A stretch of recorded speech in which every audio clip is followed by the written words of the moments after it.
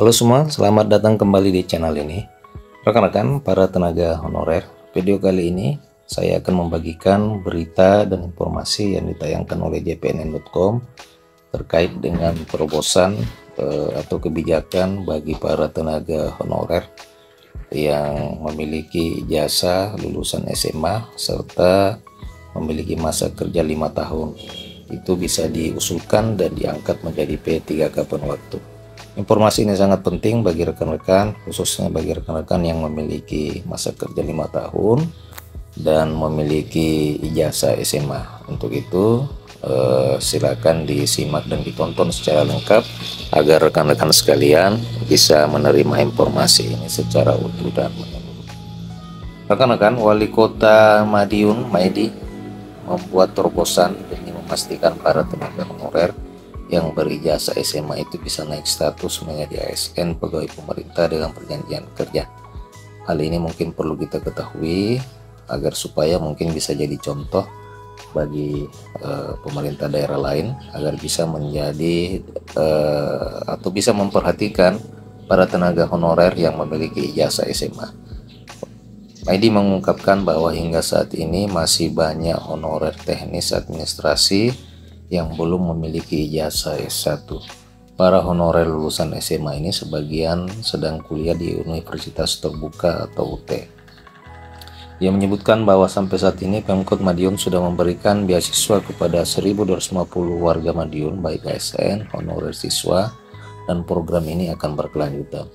Jadi memang Madiun sendiri telah memberikan beasiswa kepada para tenaga honorer untuk bisa memiliki gaji, memiliki ijazah SMA ya, ijazah SMA dengan secara gratis yang biayanya memang ditanggung oleh pemerintah kota.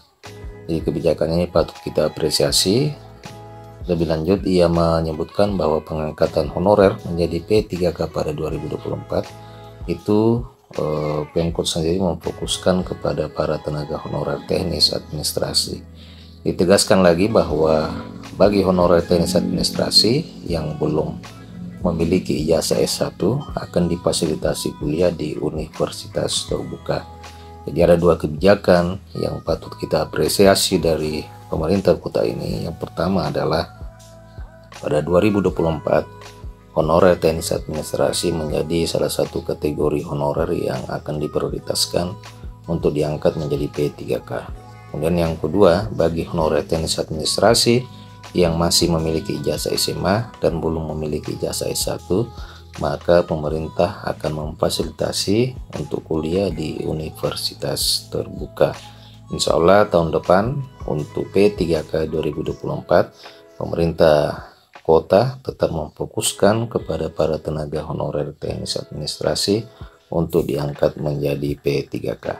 Rekan-rekan sekalian, kebijakan ini adalah kebijakan yang baik menurut saya, oleh karena memang sangat jarang sekali pemerintah daerah yang bisa memperhatikan tenaga honorer dengan memberikan beasiswa kepada para tenaga honorer ijazah SMA untuk ikut serta di dalam kuliah di Universitas Terbuka dan bisa memiliki ijazah sarjana.